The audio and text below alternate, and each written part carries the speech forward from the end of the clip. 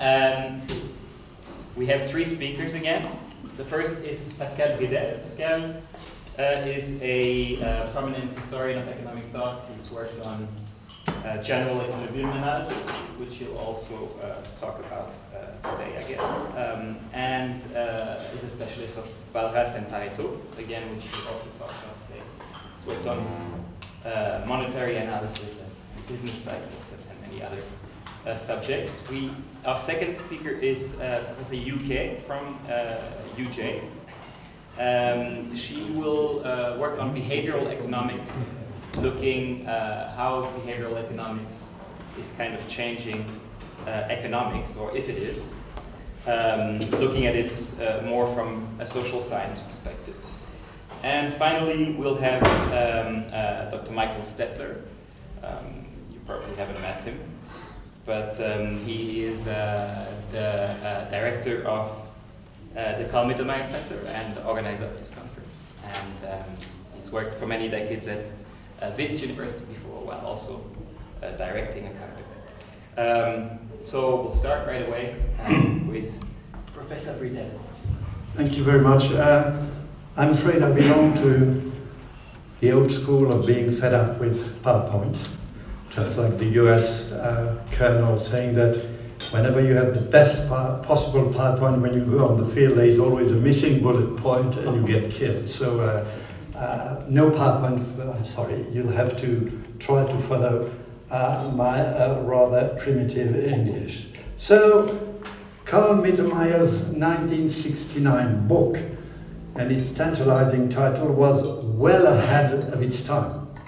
It is only in the 1980s, when general equilibrium ceased to be the only fashionable place to be seen for top mathematical economists, that the profession, and mostly historians of economic thought, started to reflect on the hand behind this particularly invisible hand. Having spent a good deal, too much probably, of my time on the tricky question of money and general equilibrium, and on the history of general equilibrium, I got hooked, without knowing it at the time, by what Mittermeier's call after Schumpeter the vision general equilibrium theorists entertained behind their general equilibrium modeling. To paraphrase a remark made by Clower, Bob Clower, unlike today's mainstream economists for whom the model is the message, for sophisticated general equilibrium theorists, the message was and is much more than the model. So when I was contacted by this conference organizers, thank you for inviting me, and when I read in their call for papers the for me familiar quote by Pareto about him being a nominalist among the nominalists, I ventured to think that I could present briefly some result of my research on the so-called Lausanne School. In particular, to discuss the two very different hands behind, or hands and visions or messages, behind Walras and Pareto's respective version of general equilibrium. Unlike Mittermeier, today researchers on Walras and Pareto are blessed with the existence of both men's collected writings, allowing us to get a much broader view of what exactly are the hands behind their respective version of general equilibrium, invisible hand.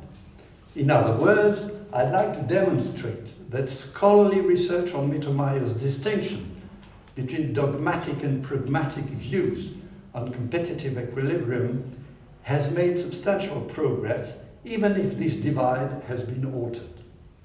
In particular, that many general equilibrium theorists, from Walras, Pareto down to Arrow and Hahn, are among the least dogmatic and the most cautious in the use of their version of the invisible hand.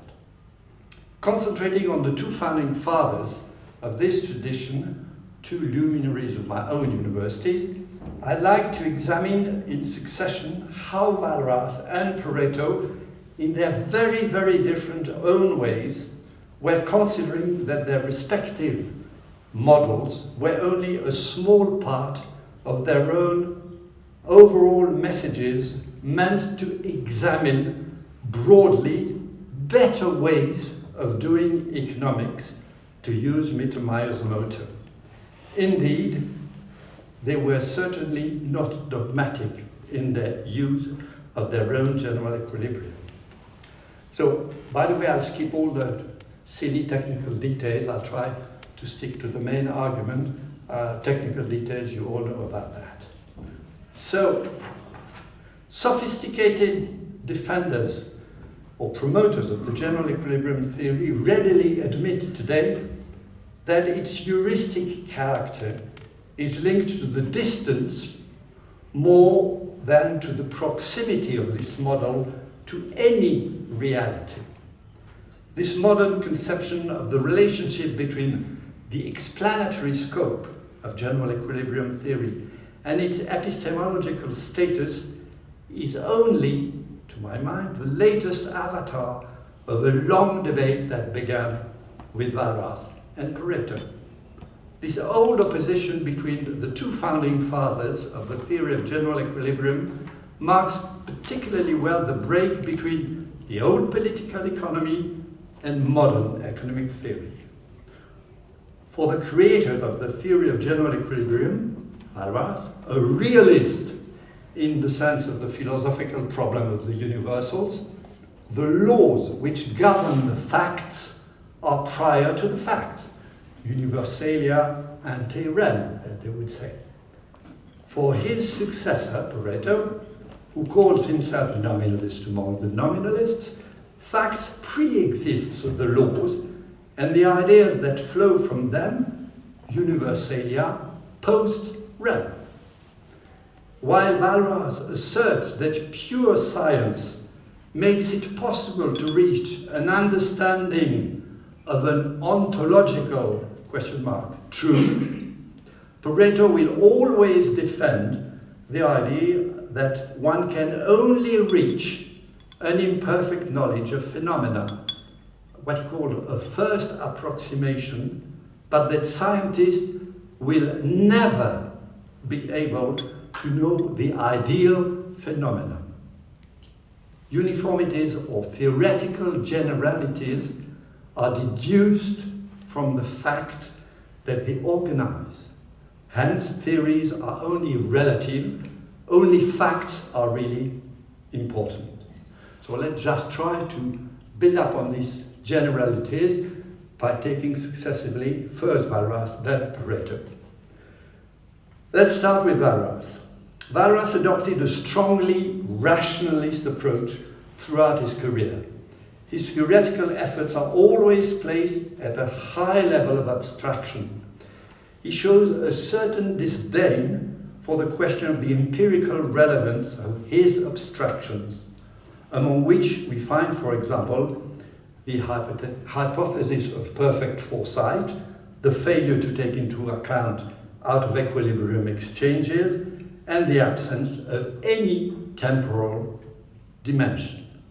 Far from the realisticness, to use the fashionable word, so much advocated by Pareto, Walras seems above all interested in the construction of a logically coherent system of pure economics.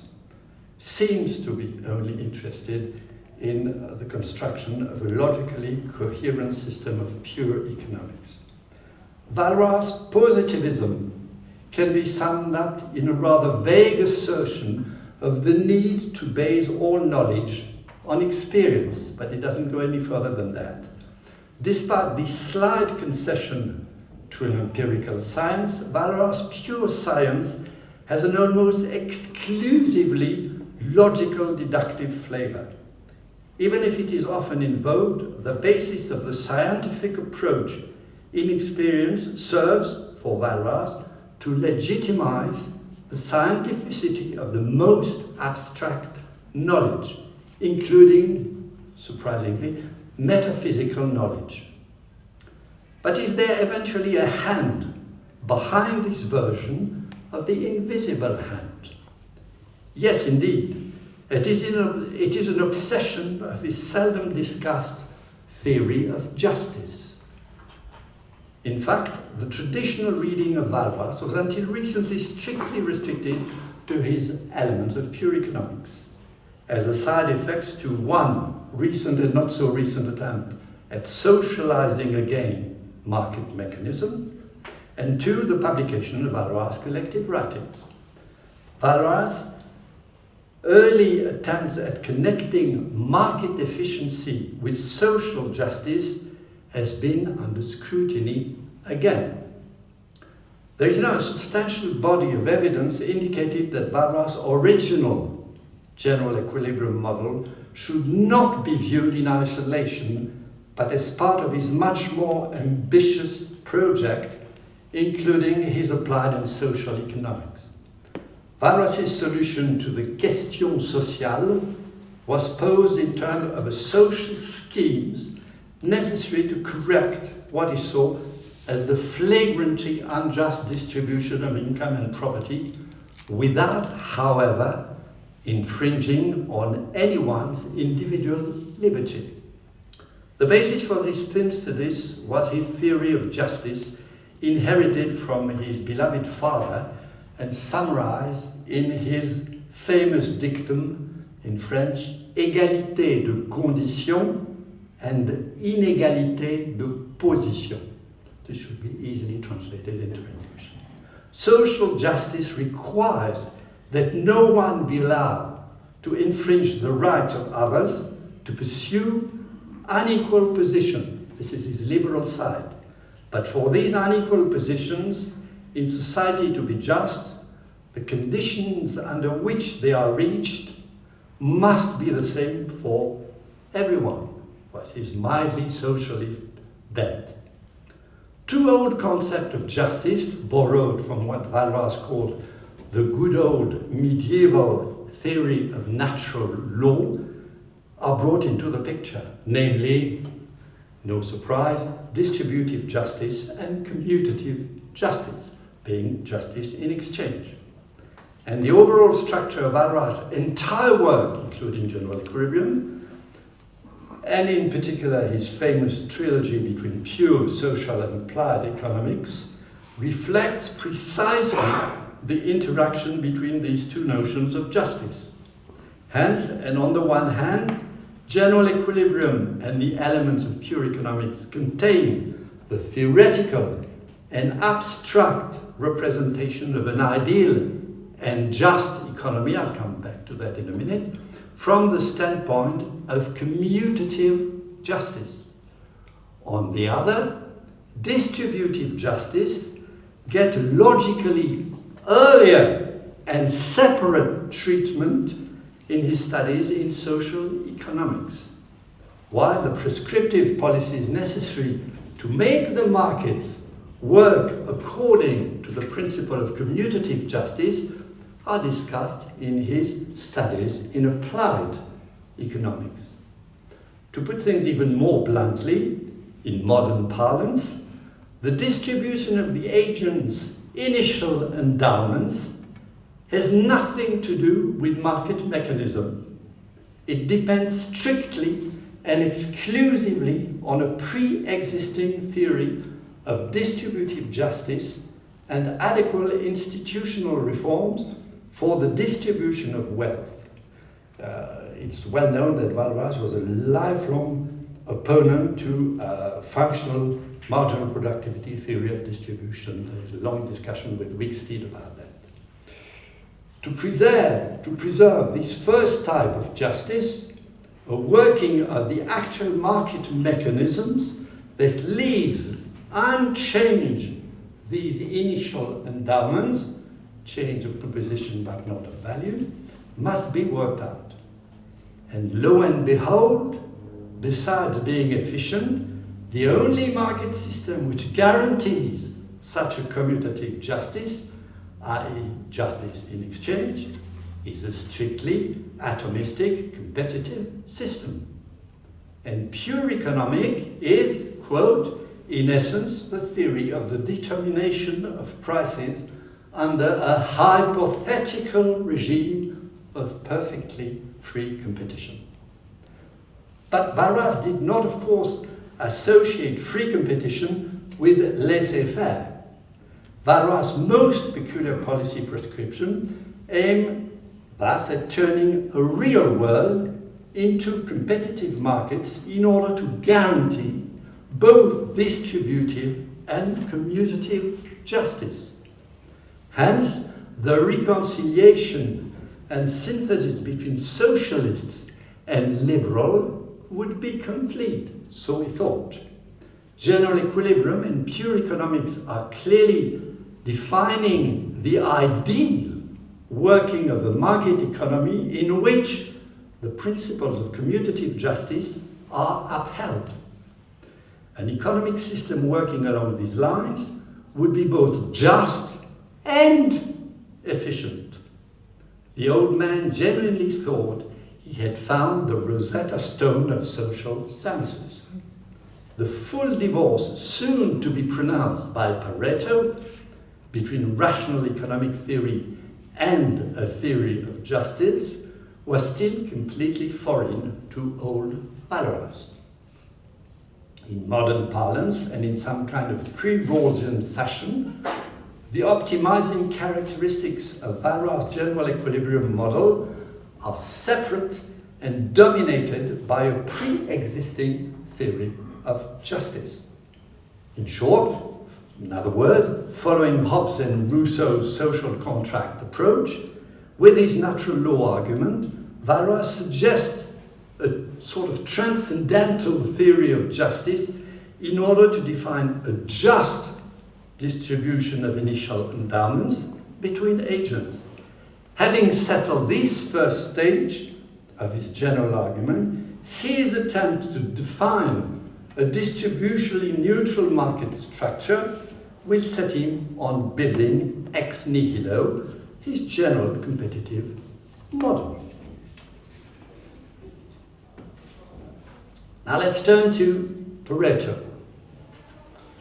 Despite great similarities, the differences between the analytical apparatus of Valois and that of Pareto are well known. I don't come back to this. It's complicated stuff and sometimes a little bit technical. At first, Pareto actually tries to reconcile the individualistic and utilitarian, which anathema to Valois, approach of the hedonistic agent borrowed from Edgeworth with the Valrasian concept of general equilibrium. Abandoning Valois' idea of the cardinal measure of individual utility for an ordinalist approach, Pareto constructed one of the earliest versions of modern rational choice theory.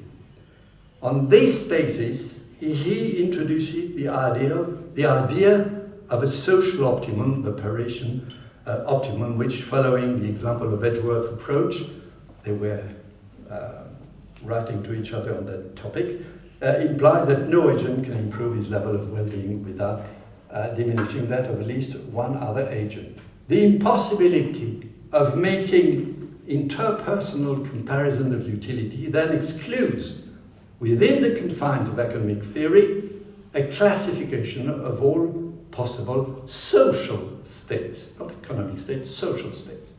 Thanks to this analysis centered on the behavior of the agent, Pareto seeks to explain how, through the interaction of these agents, the different market structures are constructed. The Valrasian competitive equilibrium being only one case among many others. She had put to rest the idea that Pareto had only general equilibrium in mind as a market structure. His lectures of political economy in 1896 are crisscrossed by this double Valrasio-Edwardian influence. Based on a reference of contingent phenomena, his approach remained essentially empiricist, deductive, concrete, as he says, and verificationist. This epistemology exerts a decisive influence on the abandonment of the Valrasian theory of the agent based on a marginal utility not empirically measurable in favor of a theory of rational choice. This then naturally implies a coordination of his analytical choice, of this analytical choice, with a redefinition of the respective fields of analysis of economic theory and what he calls, for the first time, sociology. In his Manual of Political Economy, 1909, famous for his appendix, then in his Treatise of Sociology, 1917, while maintaining with his theory of action a perfect conceptual continuity between economic theory and sociology, Pareto nevertheless restricts the validity of the first, pure economics, to the logical actions of homines economici, of general economic equilibrium, and will make non-logical but not illogical actions the subject par excellence of sociology. From the turn of the 20th century, in various writing and in his correspondence, Pareto bluntly asserts, and on several occasions, that I quote, and it's very important to have this quote in mind, economics is, I quote, economics is a small part of sociology, and pure economics is a small part of economy. In 1913, he confided to Pantaleoni that in the past, if he had thought that, quote, political economy could be studied independently of sociology, and of quote, he had now completely abandoned this idea. The Traité de Sociologie Générale is written as, quote, an essential complement to the study of political economy. Around the hard core of pure economics, general equilibrium, are successively nested applied economics and then sociology. Clearly, quote, pure economics alone cannot give us norms to practically regulate a concrete phenomenon, neither can it make us fully acquainted with the nature of this phenomenon, end of quote. The knowledge offered by pure economics, general equilibrium, can only offer partial and theoretical knowledge of an infinitely complex reality. It's a base camp, if you want to use the traditional and modern expression. For example, general economic equilibrium is only a particular case of social equilibrium, but both are only abstraction, even if the second, including the first, comes closer to the concrete phenomenon. Applied economics and sociology do not replace, but supplement pure economics. A little longish quote, but it's worth it. Quote, in political economy too, one must add, not substitute the theories of applied economics to those of pure or mathematical economics. The main purpose of mathematical economics is to bring to light the mutual dependence of economic phenomena. And up to the present time, we know of no other way of attaining this end. End of quote. Since the 1930s and up to today, the modern and post-Paretian version of general equilibrium has ceased to claim any external consistency. The frame of reference is no longer any economic system, even idealized, but exclusively mathematical logic.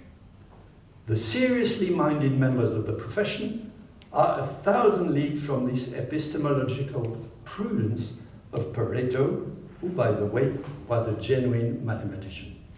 Quote from Pareto, the economist who advocates a law taking into consideration only its economic effects is not too much of a theoretician. It is not enough a theoretician, since it neglects other theories that it should bring together with its own to make a judgment of a practical case. It would be unreasonable to claim to regulate economic phenomena by pure theory alone. A rereading of Pareto sociology should thus encourage economists to follow the advice of one of their leading mentors. In particular, a dogmatic use of the invisible hand discussed in General Equilibrium is clearly the characteristic for Pareto of bad economists. Applied economics and sociology do not replace, but should be added to pure economics. This should be all the easier for modern economists, since Pareto explicitly extends the conceptual matrix of pure economics to sociology. So the scientificization of the theory of general equilibrium passes for Pareto by the strict application of the method of analysis and synthesis, borrowed from physics, by the way, which is then applicable only to logical action, the first approximation of a reality, with inverted comma, which can only be apprehended through the interdependence of all the social sciences.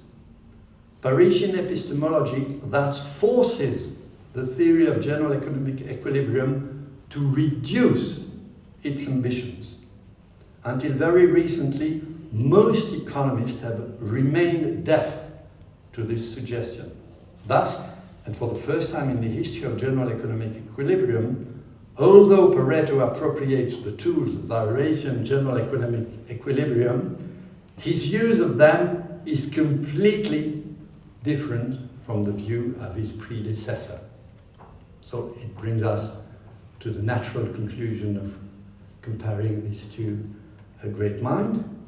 Walras's hostility to any Pareto-type empiricist approach appears in numerous remarks scattered throughout his work. In particular, one of his mood notes, as he called them, illustrate unequivocally and in a particularly concise way the methodological and epistemological distance which separates the two authors from the so-called Lausanne School. I quote, "Monsieur Pareto believes that the goal of science is to get closer and closer to reality by successive approximations." And Walras goes on, "And I believe that the goal of science is to bring reality closer to a certain ideal. That is why I formulate this ideal, i.e. general equilibrium." Indeed, on the epistemological level, the distance between Walras and Pareto does not exclusively concern the conditions of validity and the method of scientific knowledge in general, and of the general equilibrium in particular, but implies more profoundly the nature of this knowledge. For Pareto, the referent of the theory is identified with the contingent phenomena that the scientist seeks to apprehend in successive stages, including applied economics and sociology. For Walras, the pure theorist seeks to grasp the essence of phenomena which is only imperfectly present in the contingent.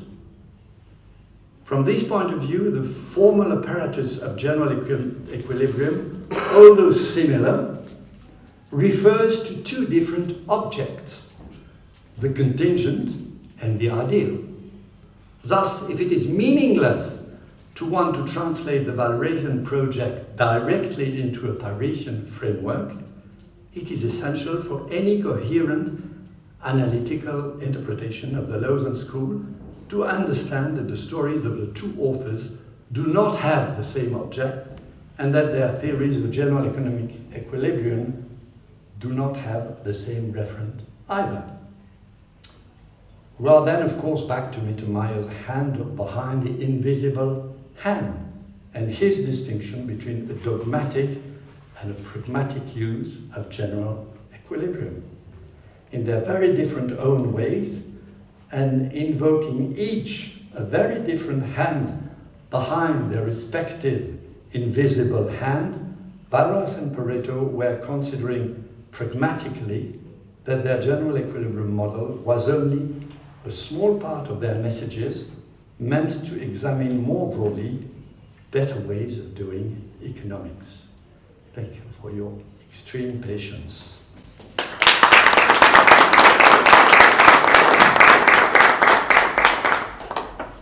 Thank you. We've got a good 10 minutes for questions.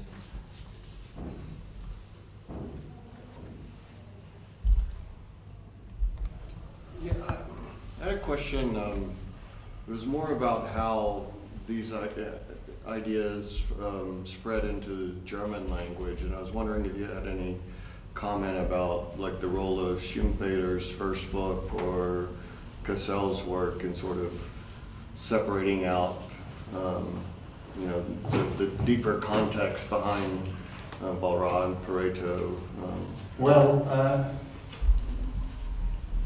This is a long story, convoluted and complicated.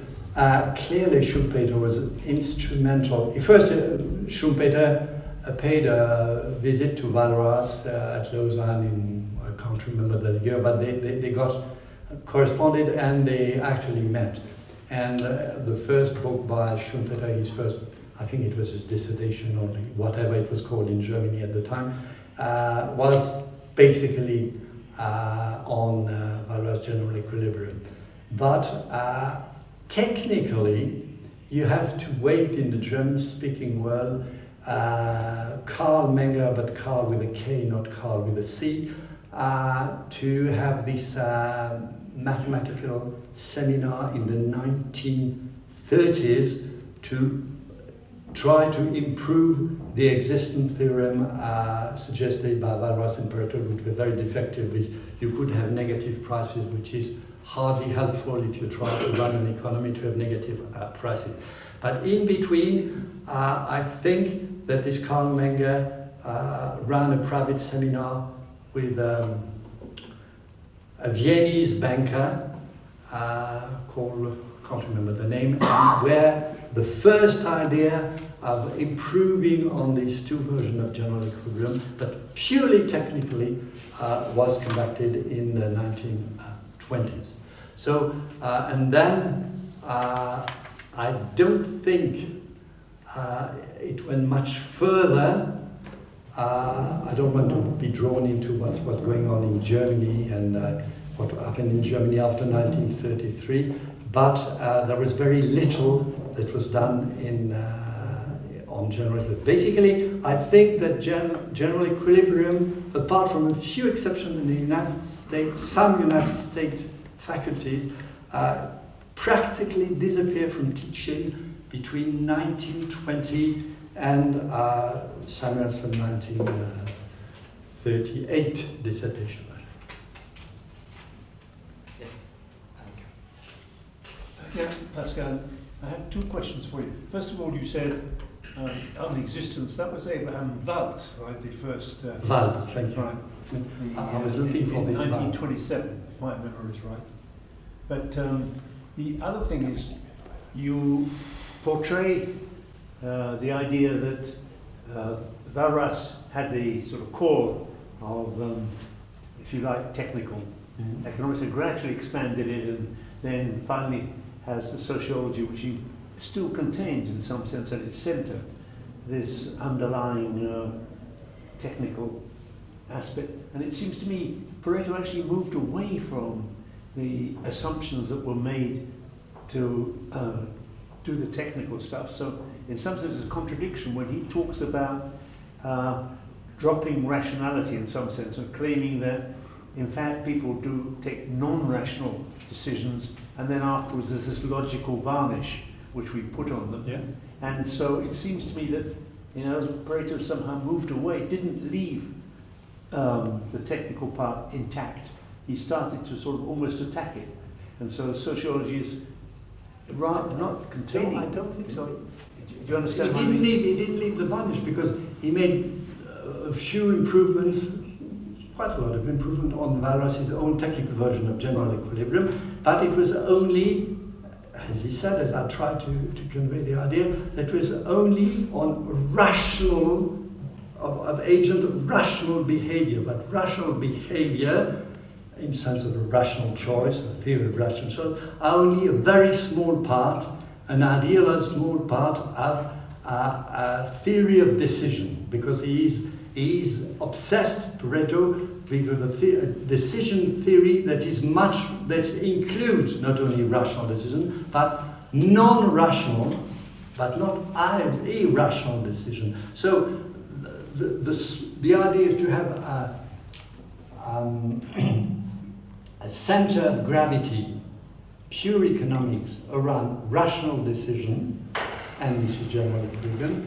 You just expand it into applied economics and then sociology. For example, he uses the example of international trade. He said, the pure theory of international trade, it's easy, you get it through general equilibrium, no problem. Then, applied economics, try to explain the reason why you have countries that are protectionist and countries that are free traders. And he said, but ultimately, you have to go to sociology to understand why Britain is free trade and Germany is protectionist.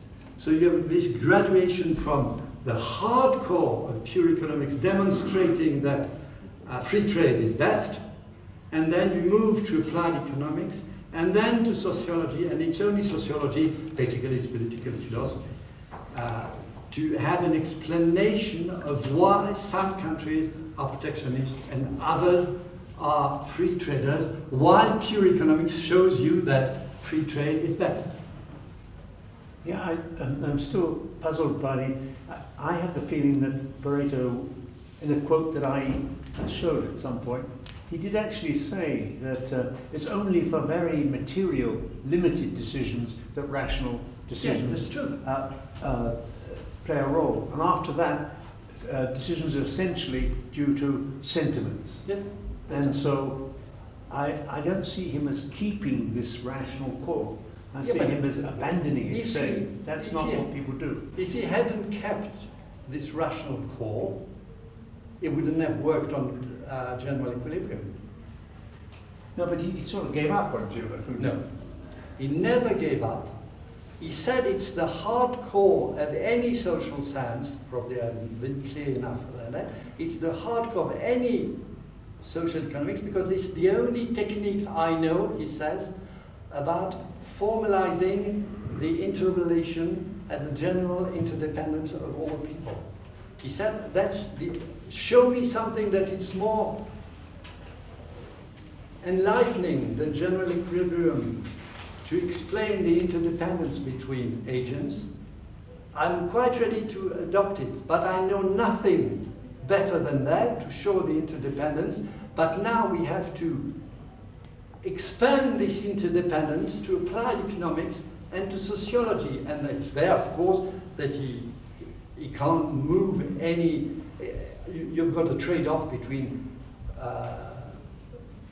beloved model that's well-grounded and the real world, where, of course, when you move from economic equilibrium, Pareto efficient, to a social equilibrium, he's forced to say, well, if you have to make interpersonal comparison of utility, someone else than the market is going to be responsible for doing this choice. And who can do this choice?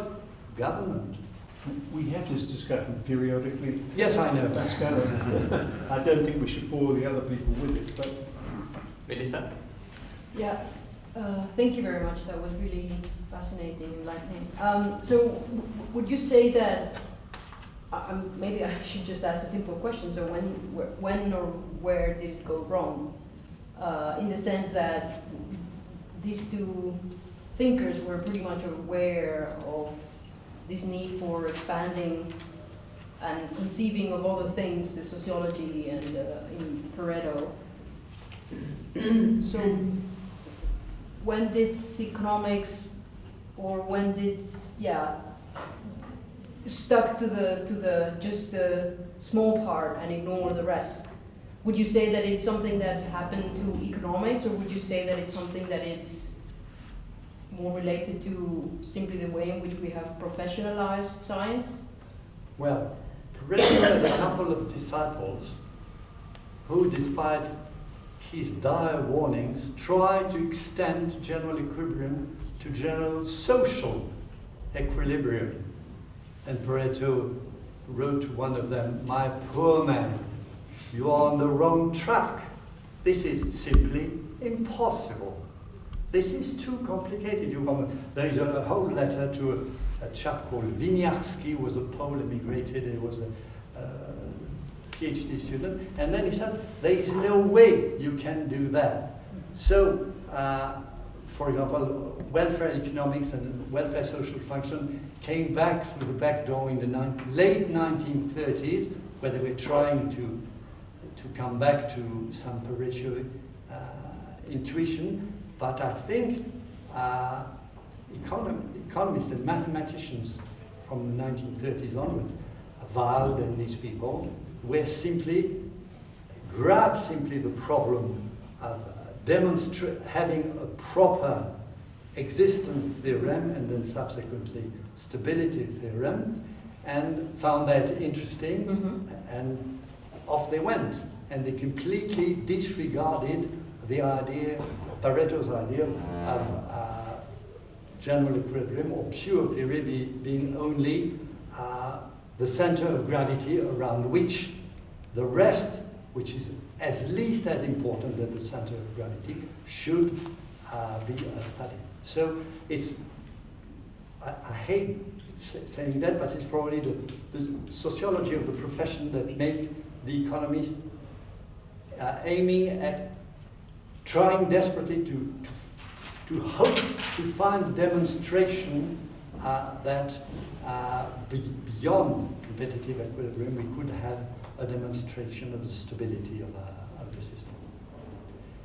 It's not very, I'm not very comfortable with such arguments, but I think it's the way the profession took up general equilibrium from Pareto and just discarded completely its sociology. No economist of repute I've met has ever opened the treatise of sociology in which, sorry, Alan, I'm sorry, you must have read back to front these 2,000 pages, which are absolutely unbearable to read for an economist, but there are very interesting epistemological elements and very interesting element of pure economics. He's discussing the possibility of moving from a general economic equilibrium to a social equilibrium, and the techniques are exactly the same, but he just banged onto the impossibility of making proper interpersonal comparison of utility. And this is extremely interesting, but economists never managed to digest the idea that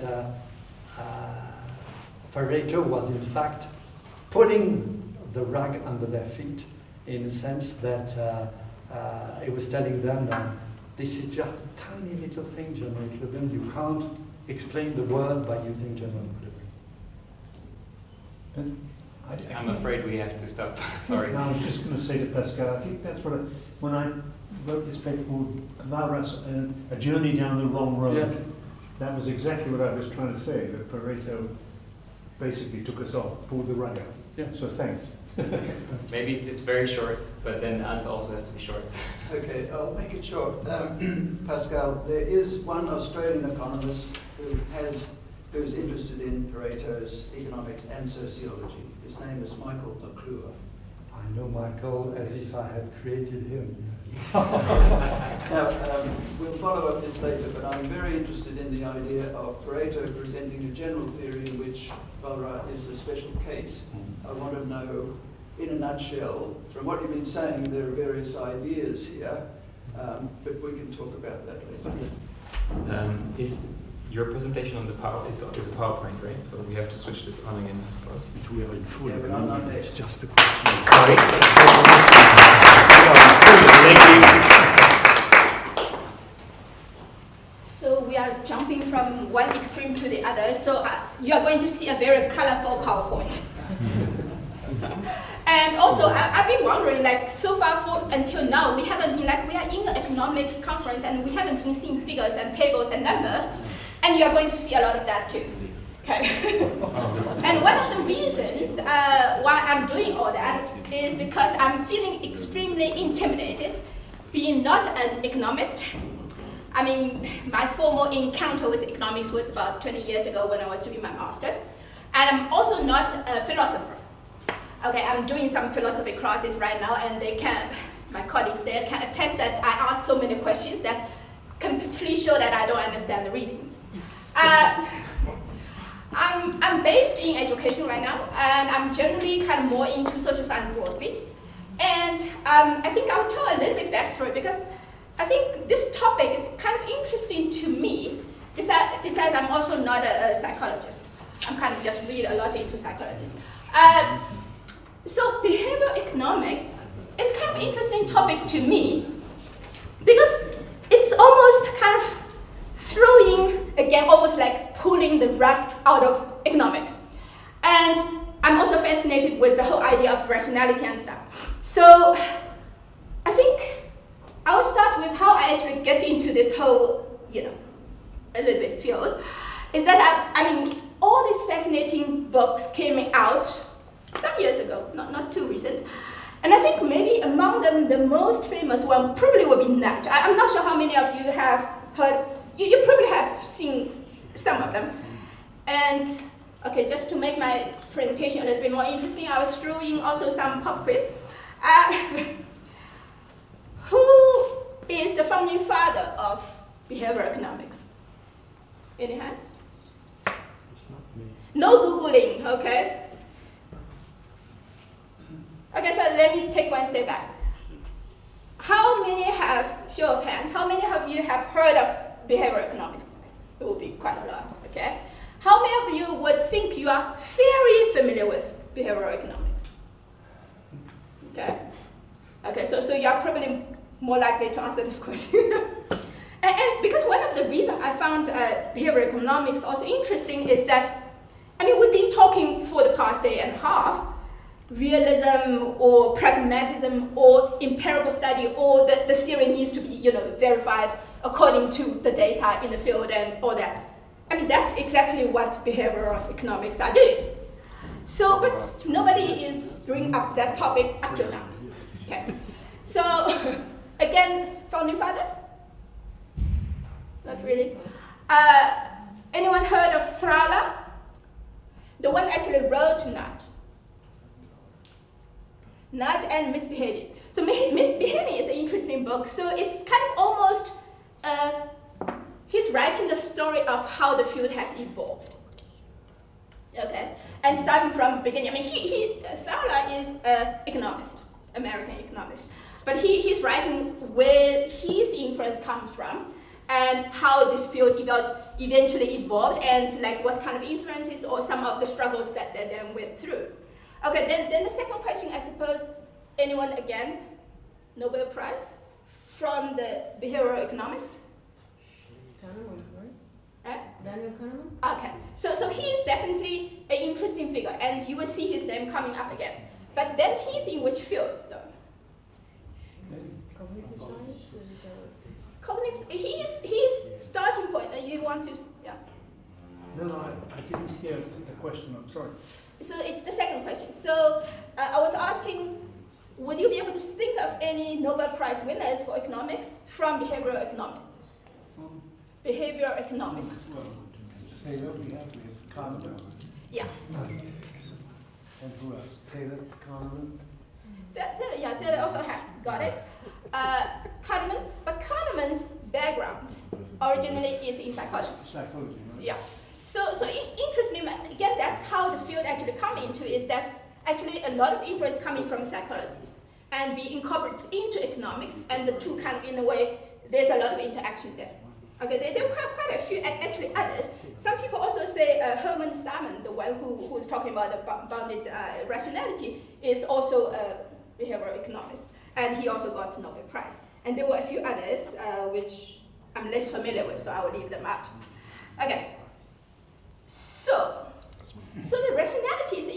story here. Because again, in my limited understanding of economics, rationality is really at the core of economics. I mean, we assume that people would act rationally.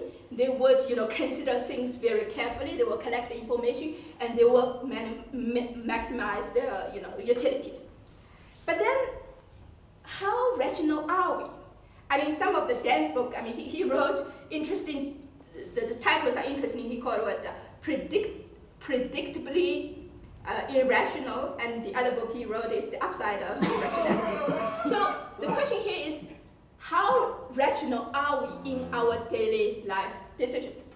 And that's in a way what the behavioral economics is trying to look at and trying to almost prove that actually a lot of our decisions aren't rational. I mean, there are so many different inferences, and there are also so many shortcuts that we make our decisions not based on conscious or even rational thinkings. And I also want to mention, actually, my interest into this particular presentation is actually arising from a discussion with Michel. You know him as Michael, but I'm using the German pronunciation, although not perfect. So he was asking, I mean, we were talking about the whole behavioral economics, and he was asking, but this field, could it be like just a fad into the whole broader economic kind of, area?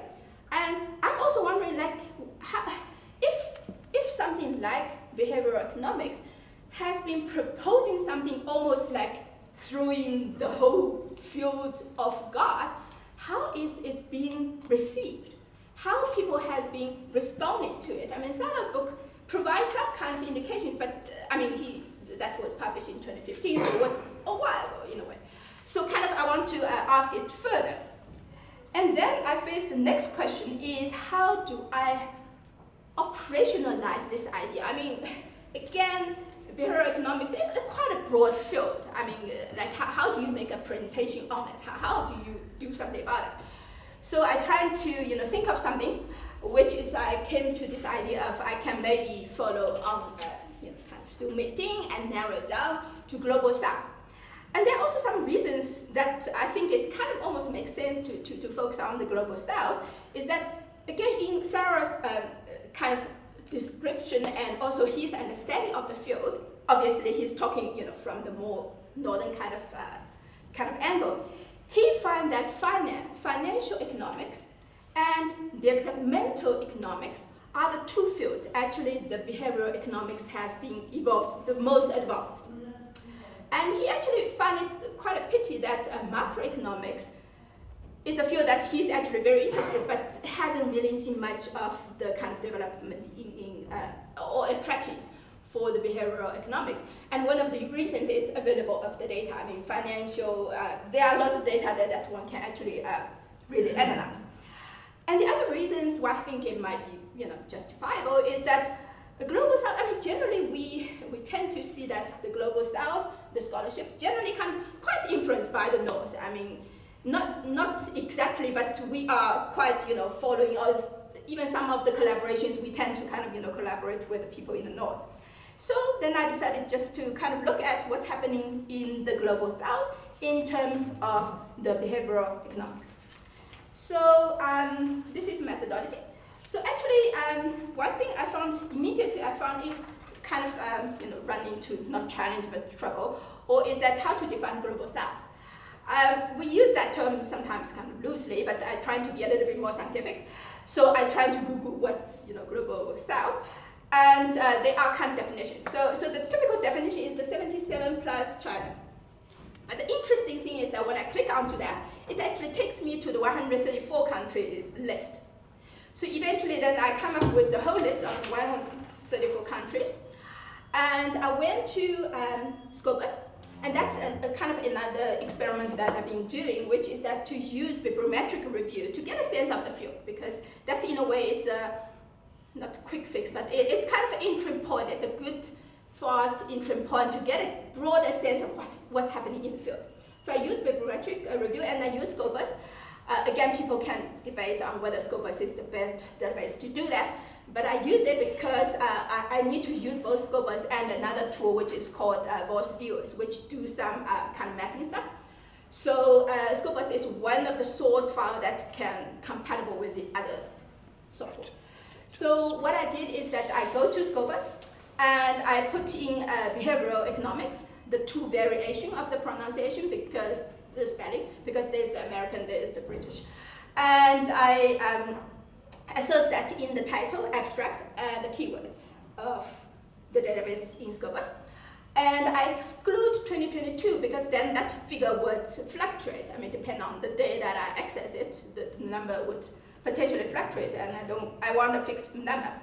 And I also excluded all non-English publications because, I mean, I can read Chinese, but it will be then biased towards the Chinese, the figures. So I did all the things in English.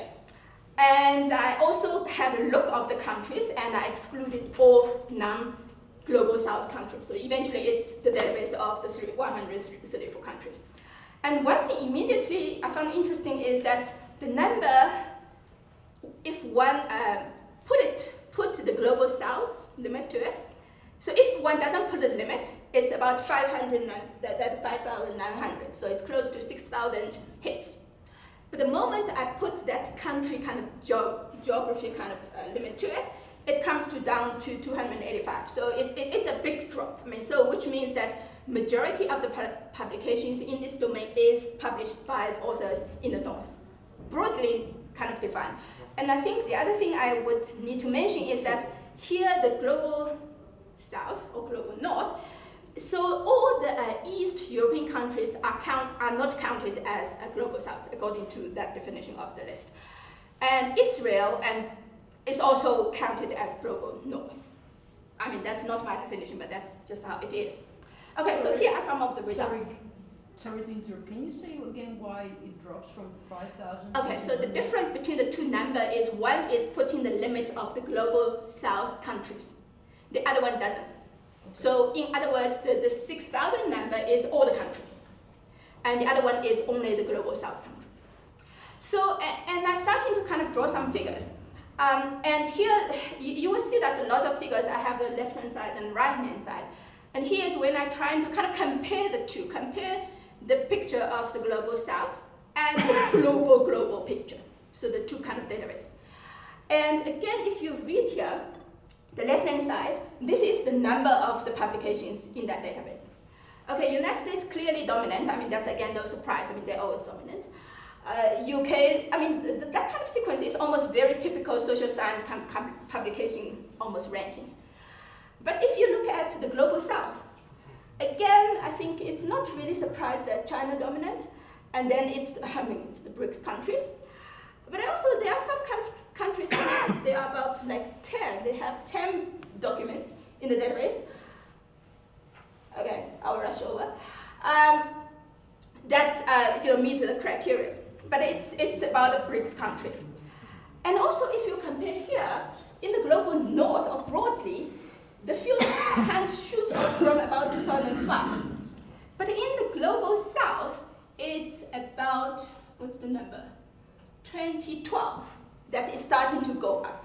So there's quite a bit delay to that. The next figure, the document by type, there isn't much of the difference. This is about whether it's articles, whether it's books, or whether it's whatever. This one is also interesting, it's about subject. So in the Global North, I mean, firstly, obviously, one would expect that the dominant field would be economics and decision making to some extent. And the right-hand side is the Global South. So again, it's kind of almost similar. I think the difference is that, interestingly, there are also those all other fields, like engineering stuff is also there. Mm-hmm. And the small figures I can't read now. So psychology, in the broader picture is here. And the psychology in the Global South is here.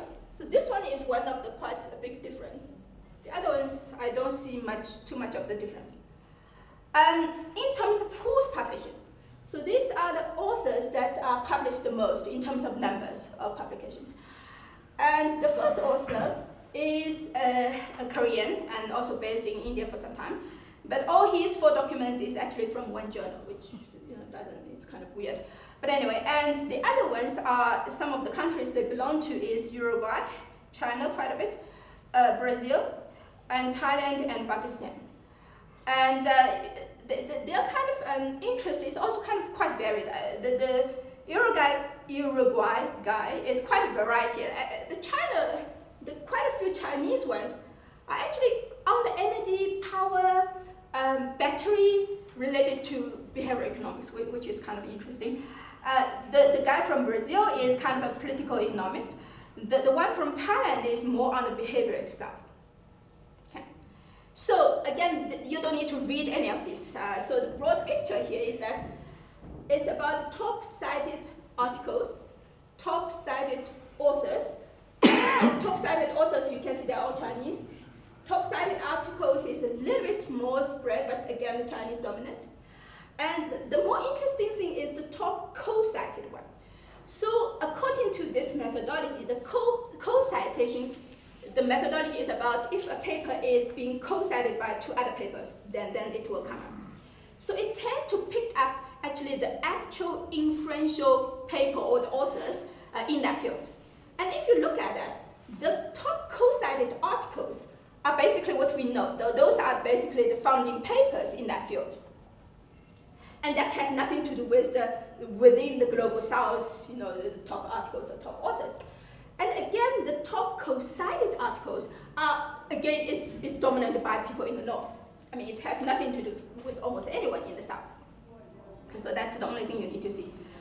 And also in terms of where they're publishing, I mean, the journals they are publishing, is that the left-hand side, again, is where the broader database is publishing. So they are publishing in psychopharmacology, whatever, and experiment analysis of behavior. The journal will be quite into the behavioral economics and economic behavior and organizations. But if you look at the right-hand side, which is where the southern scholars are publishing, they are publishing in psychology.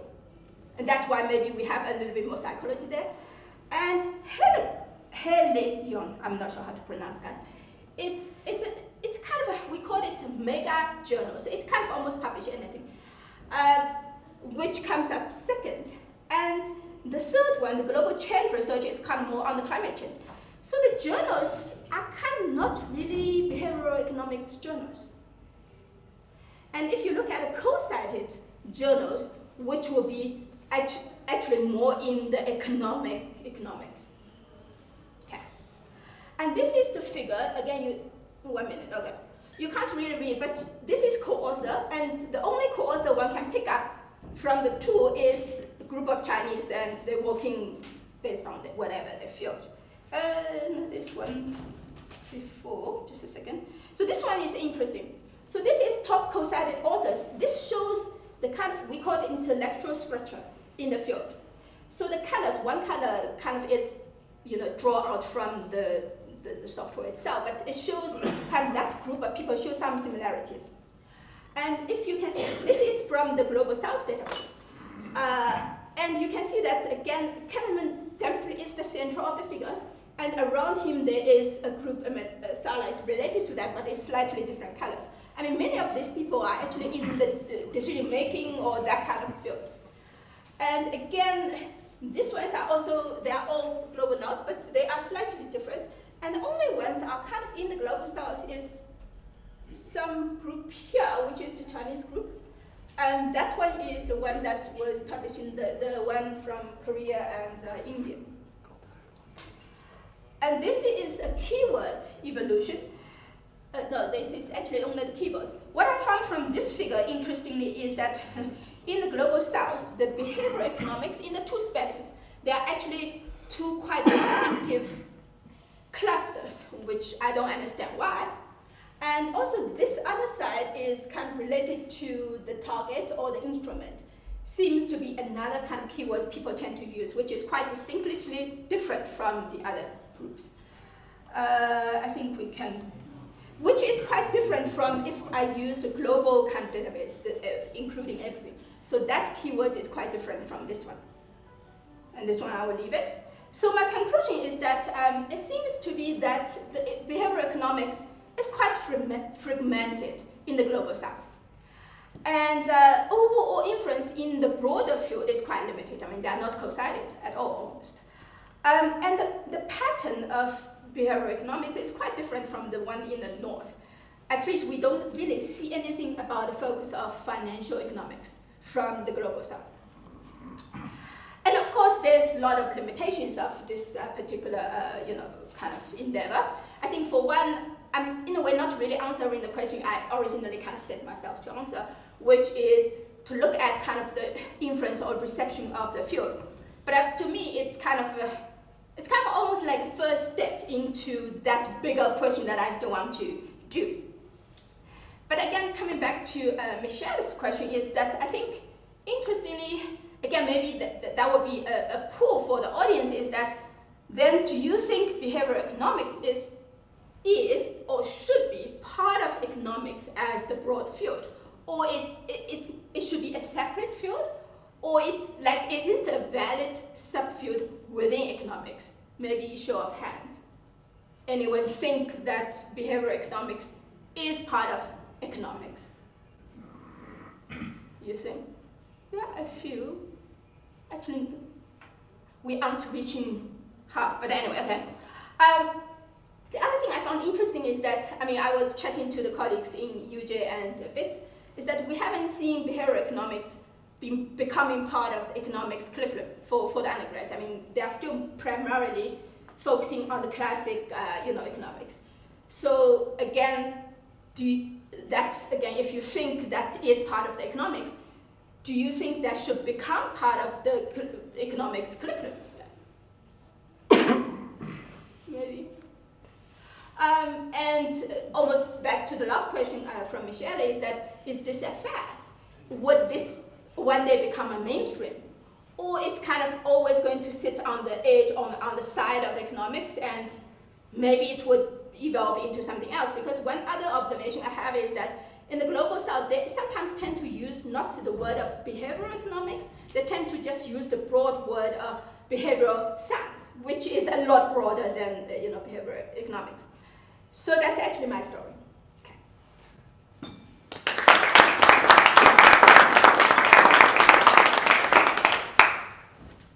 Yes, we've got many questions, but we don't have too much time. Let's start there at Sam, yes. Okay, it's good to get this out of the way.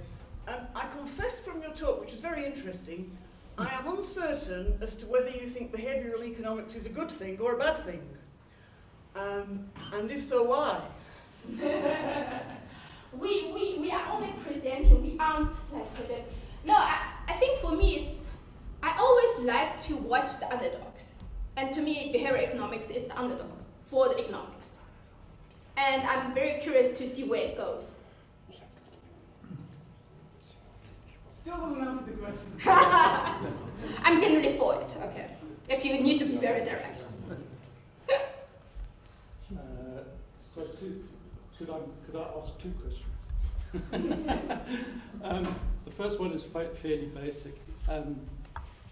When you did this whole sort of analysis, all these publications and all these different journals between the North and the Global South, did you have any kind of filter to extract what could possibly be predatory journals and predatory publications? Because that's a huge problem. And there's been a lot of work done on that, and this whole lists of journal titles that are predatory was updated from time to time. And I'm just guessing, but I would think that in the Global South, it's possibly more of a problem than in the North.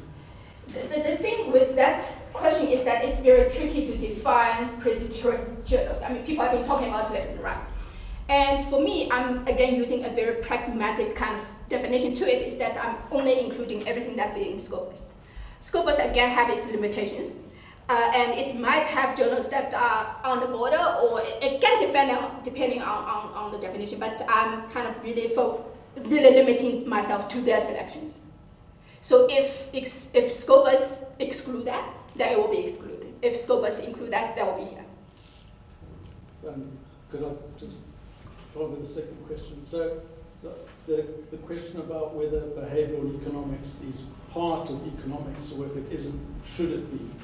I think the basic problem is that what most of the outputs of research in behavioral economics has suggested is that individuals are irrational most of the time. They've got all sorts of biases, emotional slants, and so on and so forth. So the problem in integrating it into part of mainstream economics, or just economics in general, I mean, how do you can't model irrationality. So, so the whole of mainstream economics basically is resting on the assumption that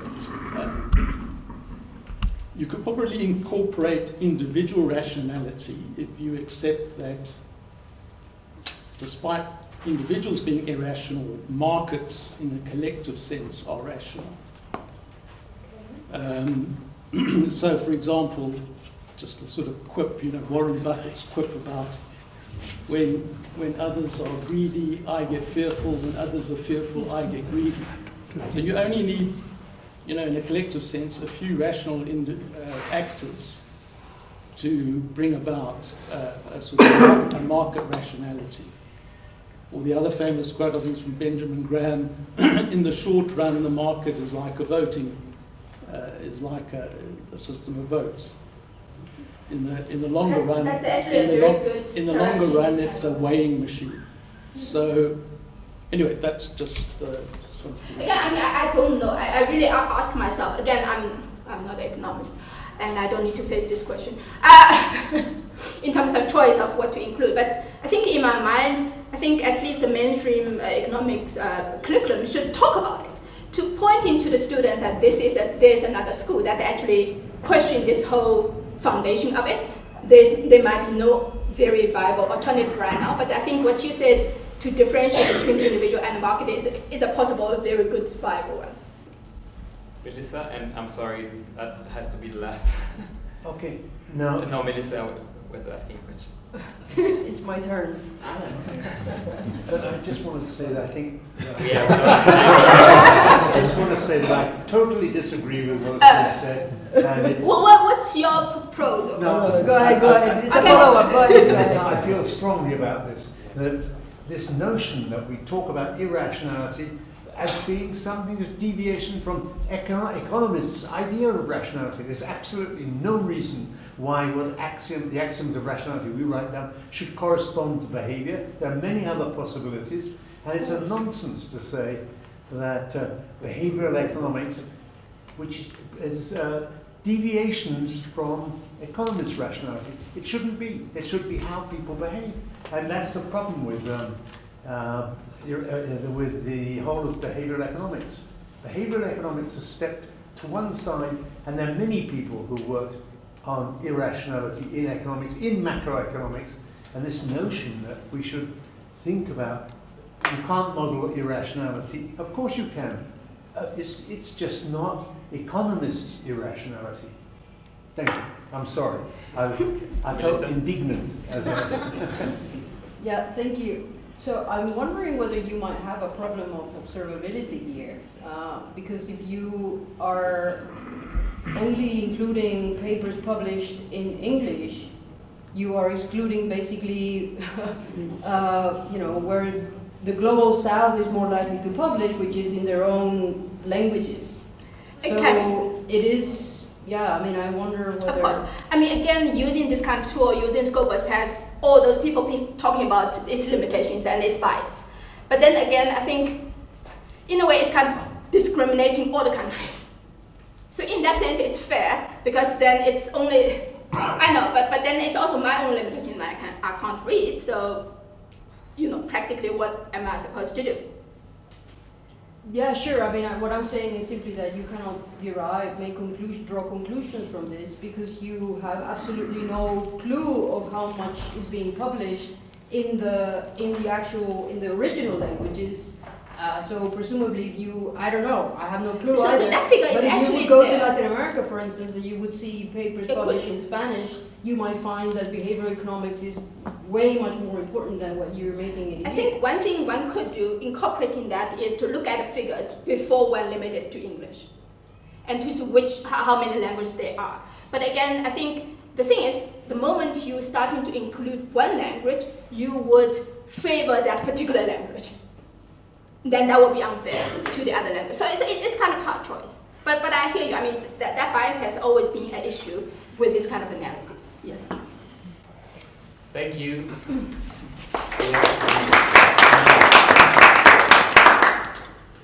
So the next presenter is Michael Steschler. And I forgot to say Michael is also an old colleague, an ancient colleague, well, an ex-colleague, sorry, and friend, and also student, I believe, of Calvin. Michael, I suppose we can impinge on the lunchtime a bit because we've got some extra time in the next session, and maybe we can start it later. Is that? Okay. Can consider half an hour.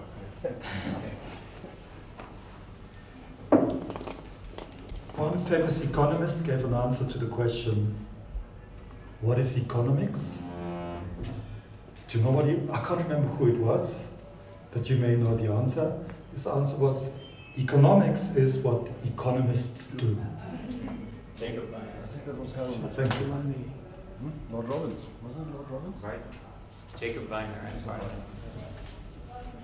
Well, we're going from one extreme to the other extreme and back to the first extreme. From no slides to good slides to no slides. I got muddled up with my slides yesterday night, and at the end I thought, I'm just going to ditch the slides altogether. I haven't got them in good sequence and what have you. So I'm going to work without slides. I'll need a lot of time keeping there, otherwise lunch is going to be messed up very badly. And the title of my talk is, I'm missing the slide. Economics and the problem of similarity. And you might be thinking, wow, is there another problem we didn't know about in economics? You know, we know about the problem of unemployment, inflation. And here is the problem of similarity.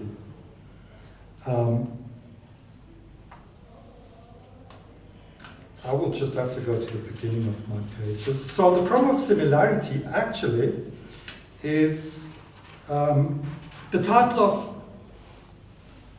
a paper that Carl gave us students in the very first lecture of our honors course on the history of economic thought. The problem of similarity. And of course, you know, it has to do with the problem of universals that Pascal was referring to. And it's a big problem because it goes back to the ancient times, to the time of Aristotle and the Middle Ages. I'm not so much going to talk about the content of Carl's paper, The Problem of Similarity, but just about the title, just to get our head around the title as far as we can. And so, well, when I took that class at honors level on the history of economic thought, well, the times I remember well. The allocated times were from 5 o'clock in the evening to 7 o'clock in the evening, but invariably Carl would be half an hour late. Half an hour late, starting at 5:30, and we would certainly not finish before 9 o'clock. Now that would happen for a period of 28 weeks because it was a full year course. There were two students in the class, myself and another student, and I can't remember what the first lecture was about. It was probably a recap of what was done at third year economics in the history of economic thought, which I had done, which was, you know, the standard sort of material from mercantilism all the way to Karl Marx, but not beyond. And the other students hadn't done that course, so it probably was a matter of catch up.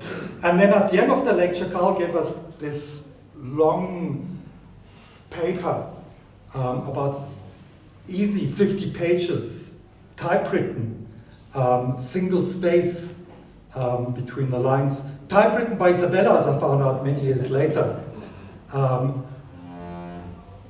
Wow, okay, and Carl told us, take this, go home and read it. I went home and I read it, and it blew my mind. And I haven't recovered from it ever since. And that's why I'm here today. I'm not quite sure what it did to the other student, because she never came back to that class. Maybe I should have followed her example. My career would certainly be very different. Well, what does it do? And I'm talking about it because really it is, well, you know, we had The Hand Behind Invisible Hands.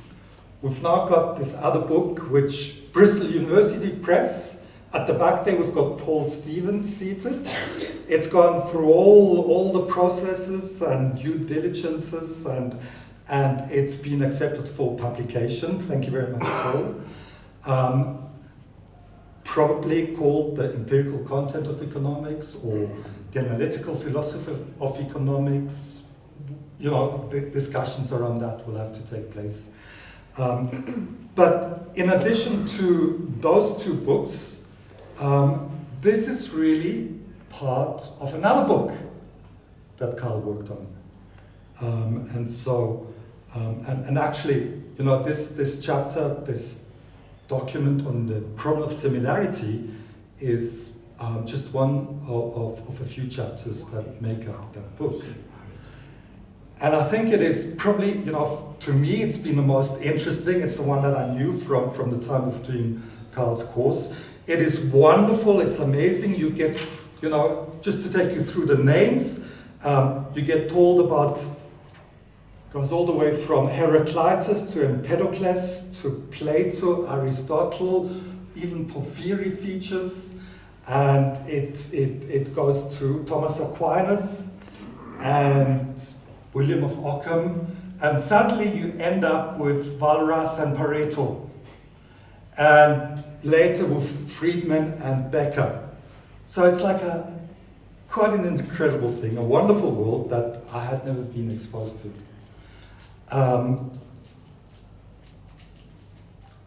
Now, you know, many of you, of course, know some of those names that I've mentioned. Heraclitus, okay, it's sort of the idea that you can't ever step into the same river twice. You know, many of you will know what one of his students said in return to that. He said, well, you can't even step in the same river once, because by the time your foot is in, the water has passed, it's a different river altogether. And, well, a very serious, you know, fundamental figure in philosophy, this Heraclitus. And Empedocles, I should get, you know, that's where my slides would be good, but I'm just going to read. If I can't find it, I'm going to paraphrase.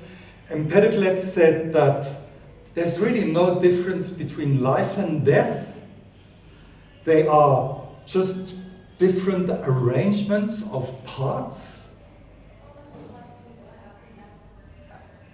Well, you know, then he answers, well, if that is the case, why do we bother to use those terms? Because, why, you know, they seem to be the same thing. Really, there's no difference in kind.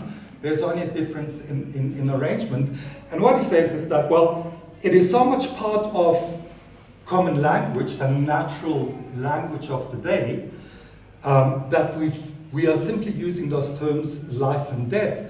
And even though the people who are using it don't really know that it's only a rearrangement of part, well, too bad for them, but I've got to follow the convention, and I too will use the terms life and death, even though I know that there's no difference in kinds.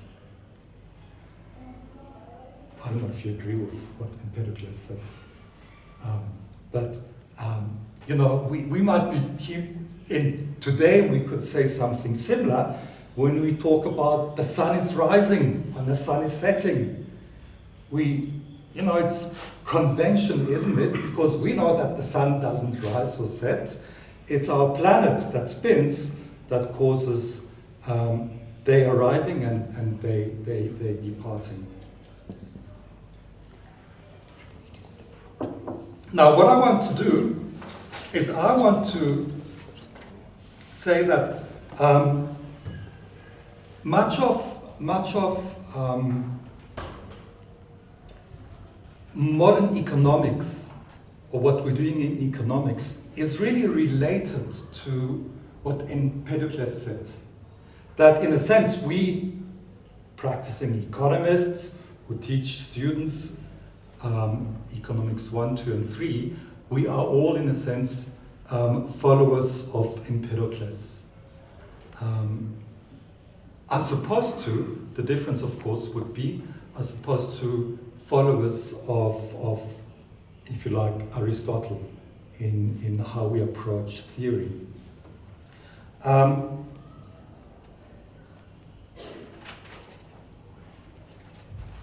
To give you an example, a modern day example of what Empedocles said, I might give you this quotation from Gary Becker, 1960. He said that children are a durable consumption and production good.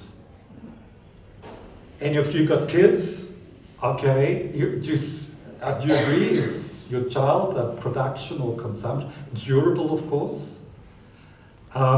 So can you see where the title of the problem of similarity comes in? Because now, okay, he's saying that, Becker at least is saying here that there is something similar between children and durable production and consumption goods. It sounds bizarre, doesn't it? And a Chicago labor economist by the name of Lazar, I'm not sure if I pronounced that correctly, he said some 10 years ago, he said that ideas that were considered bizarre and almost comical 20 years ago are now standard. That, these ways of talking about economic phenomenon in that particular fashion is quite acceptable. And then of course you get something like the book on Freakonomics, which really hit the bestseller list. And so what I'm trying to say is that phenomenon like Freakonomics and much of what gets done, let's say by Becker and others in the tradition, is following on from and adopting really the approach, the attitude towards the words that we are using, similar to that of Empedocles. And in a sense, what I want to do is use that to answer to some degree what UK talked about, namely the question of rationality, irrationality, and many other such.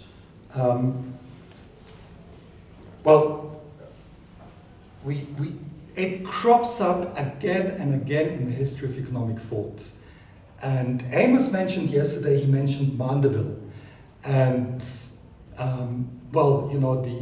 today it's very popular to say that really, we can go further than Adam Smith, we can go to Mandeville, and we can see there the origins of the invisible hand notion.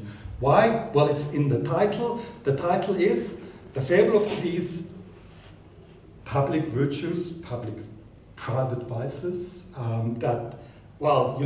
people must just pursue their private vices. They must be greedy and self-seeking and wanting to accumulate and look after themselves. And it will eventually lead to a public virtue, to an outcome that is actually virtuous. What we've been talking about this morning and yesterday.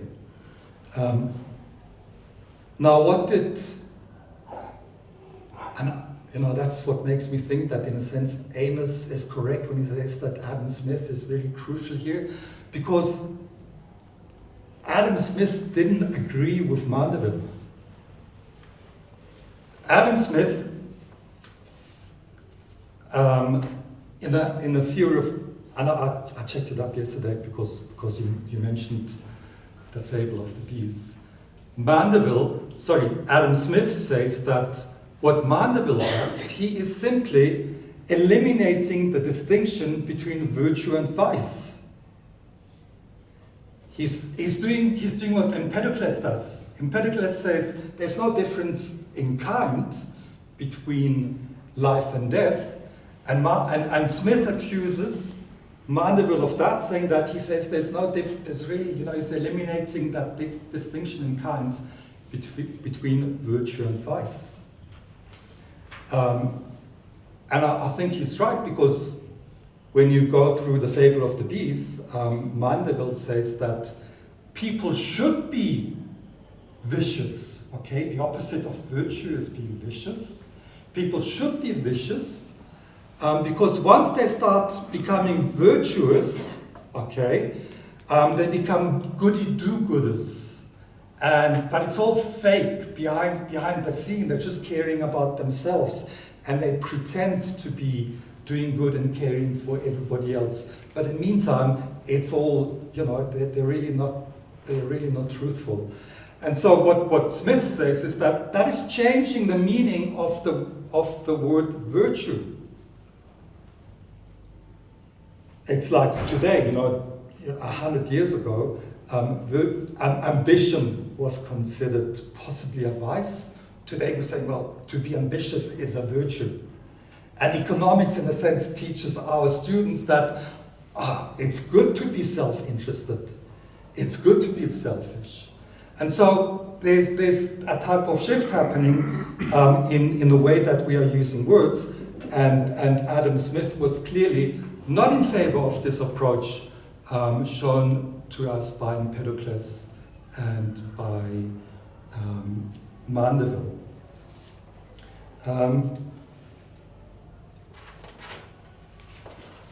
We see that, of course, happening throughout the history of economic thought, and of course also throughout the history of philosophy. So if you go back to Hobbes, for instance, Hobbes will say that, do I have the quote somewhere? Here we go. We use the words good and evil all the time. I suppose they have some meaning to us. But Hobbes says good and evil are names that signify our appetites and aversions. So it's like if you ask a child what is good, the child will say, well, I like lollipops, it's good. I don't like to be hit, it's bad. And this is the way that Aristotle starts as well in his Nicomachean Ethics. But then Aristotle uses it to change it, to say, well, it's actually a lot more than that. There is something real that adheres to the words good and bad. And it's a matter of defining it. And in this sense, this is where the nominalism comes in that Pascal talked about earlier, in the problem of universal, because that is the realist position represented by Aristotle as opposed to the nominalist position, which we have seen, thanks to Pascal, we've seen that Pareto called himself the most nominalist of nominalists.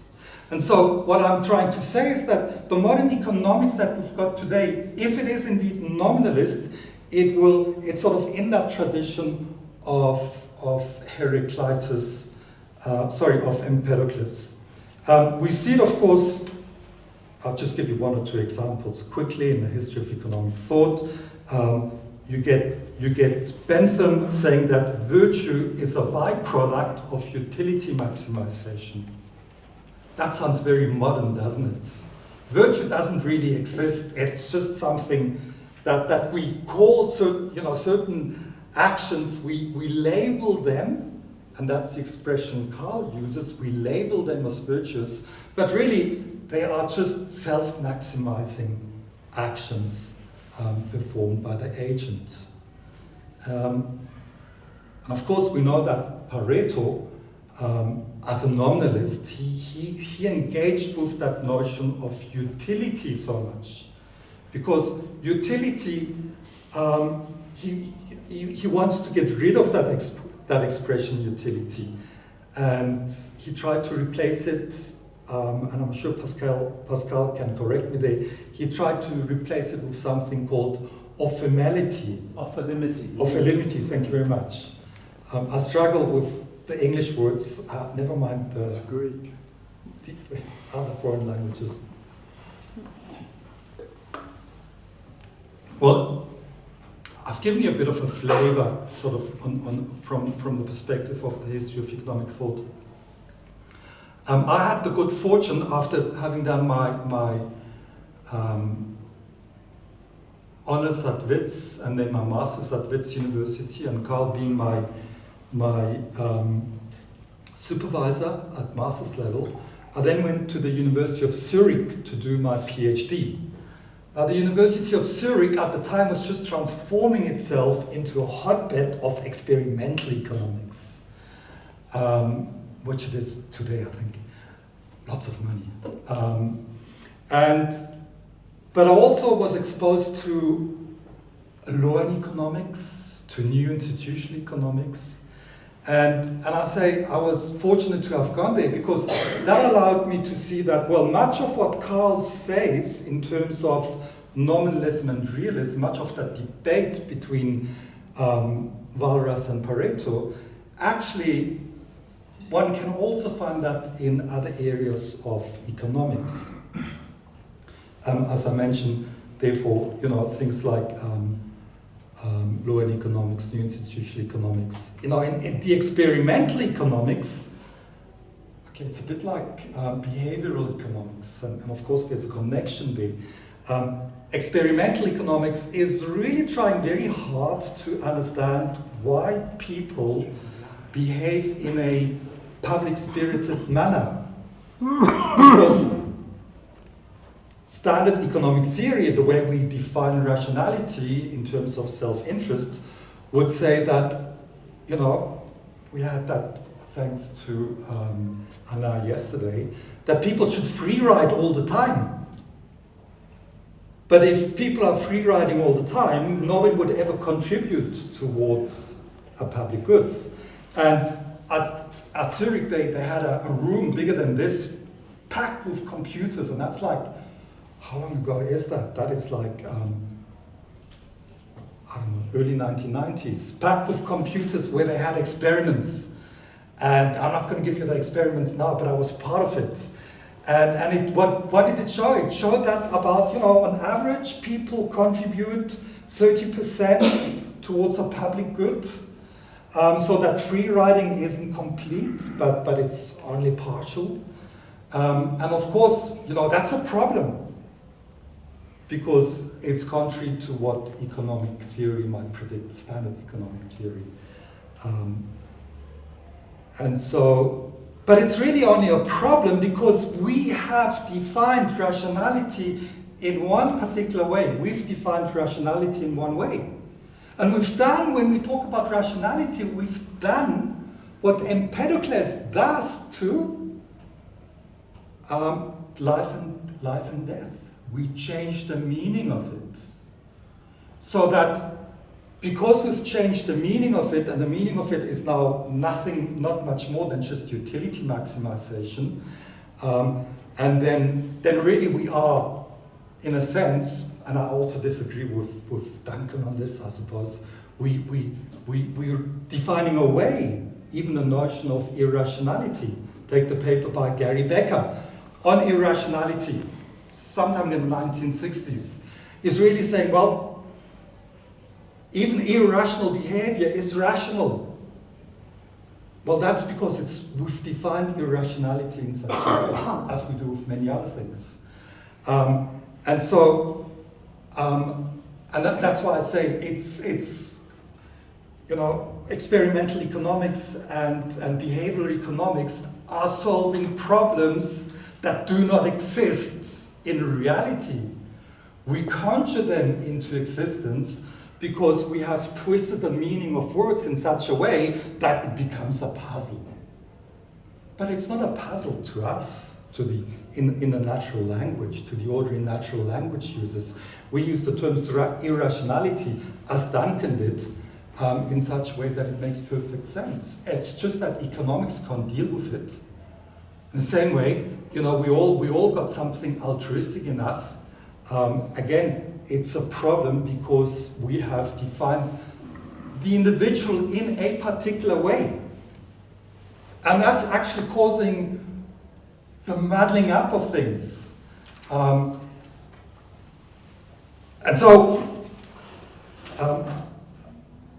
trying to finish just in time. So as I was saying, in being exposed to law and economics, new institutional economics, I taught law and economics for many years at Wits University. I taught in new institutional economics many years. You can see it come up all the time. What is a firm according to new institutional economics? Does anybody know how they define a firm? It's defined as a nexus of contracts. So it's why contracts? Well, a firm is like, the expression firm is like utility. It's difficult to deal with. But if you reduce a firm to contracts, it is very specific because, there are terms of a contract. There's a price and then deliverables. The same with, you look at there's a paper by Gull and Pesendorf, and Rod gave me the actual reference of that paper. I just had the unpublished version. But they say that choice is synonymous with utility maximization. What are they doing? They are changing the meaning of the terms choice and utility maximization. And of course, they say it's synonymous because they want to say, let's forget about utility maximization. That deals with metaphysical stuff, as Pareto called it. Whereas choice is quantitative. You've got one decision, you buy X quantity at that particular price, and therefore it is a lot easier for economics to deal with. I'll give you further examples. Here's Elster. He says that norms are tools of manipulation. Okay, we follow certain norms. I guess having a conference and how we behave are all part of that. He says they are just tools of manipulation used to dress up self-interest in a more presentable garb. That's more or less what Bentham said 100 years, 200 years nearly, earlier. It becomes particularly, it's important. These are important questions. If we used words that we're using in any manner that we like to use them, we're going to hit problems at some point. Many of the things that we use on a daily basis, we make them. And what we make, we can name. We make children, we name our children. We make laptops, call them laptops, as opposed to desktops. But the things that we make, we name according to the purpose for which we've made them. A saw is going to saw. One left. A nail is going to be nailed in. So we name things according to the purpose. But there are some things that we don't make. And then it's more difficult to now just change the word and the meaning of the words that we use in talking about them as we please. I think yesterday Rod made reference to cutting up nature at the joints, and that was Plato. And of course, this approach, this nominalist approach, this approach of Empedocles is such that it is saying there are no joints. There are no joints. It is like when you eat modern potato chips today. What happens? The potato gets pulverized. It's just powder. And then it gets reassembled and reconstituted into potato wedges, into Pringle chips, into slab chips that are fat and short and elegant chips like the French like them. They make real chips that are not pulverized, I hope.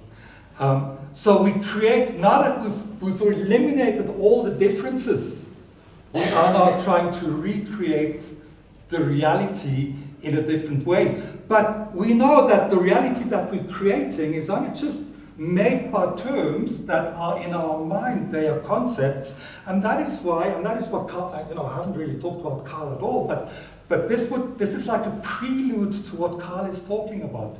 Because now, if we want to get back to the reality, and Carl didn't like that word, if we want to get back to the real world, with all these airy-fairy theories and where we use words at our own pleasure, the only way to get back to reality is to look at the data. Okay, we've got to test it.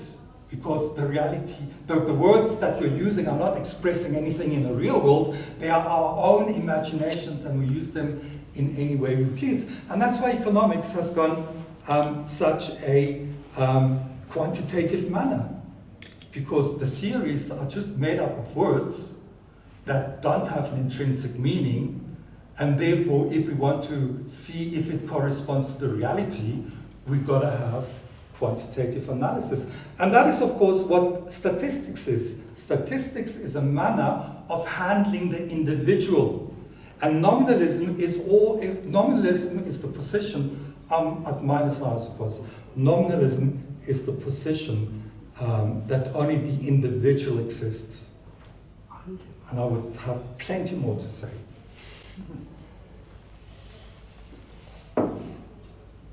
Have I got more to say? You keep I don't know how much you have to say. But Okay, I can carry on. So I'm going going to continue after lunch, Michael, Yeah. because Paul Stevens is being picked up at 2 o'clock. Okay, so that. Okay. So that's it. Well, I might just want one last one. One last one. Surely it's true that the world only exists of individual things. Okay? You don't see, yes, Chad, I'm getting back at you because yesterday you said, Michael and the Institute and Stones. Well, Chad is I can call him Chad, he won't mind. But I can't say human. I can't name you human, because human is not an individual. Darwin says, this is an astounding quotation from Darwin. Darwin says that species do not exist. Okay, so you are non-human, really, because humans don't exist. And that last point that I want to get to is that, yes, only individuals exist. But that doesn't mean that the theory we employ has to be based entirely on the things that exist. That is already a philosophical decision that precedes the actual analysis. But that is too long a story to get into, so that's it for now.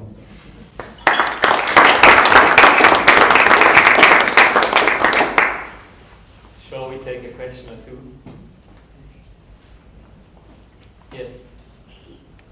Chat. Michael, isn't there also a sense in which what we count as individuals is already theory-based? Is already theory-based. Right, yes. So, if you consider the normal way of speaking about someone, yes, that's an individual, but scientifically, that individual is composed of different parts of many other things. So what we count as an individual object is also theory-laden. Now, there are really three levels that I see.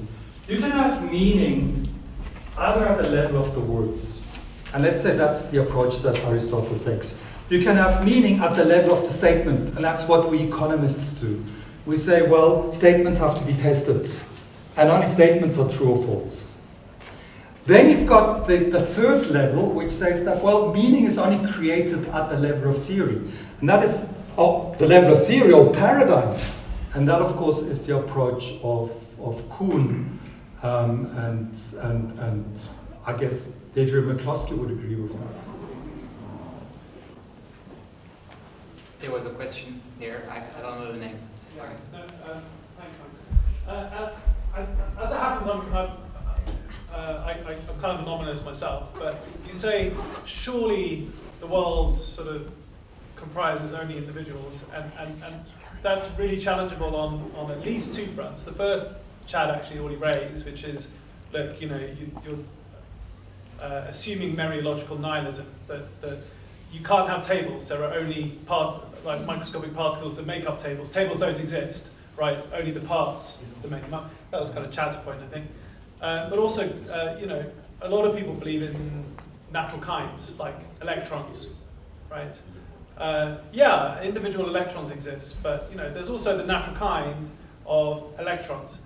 Now, I'm a nominalist, so I actually disagree with that view.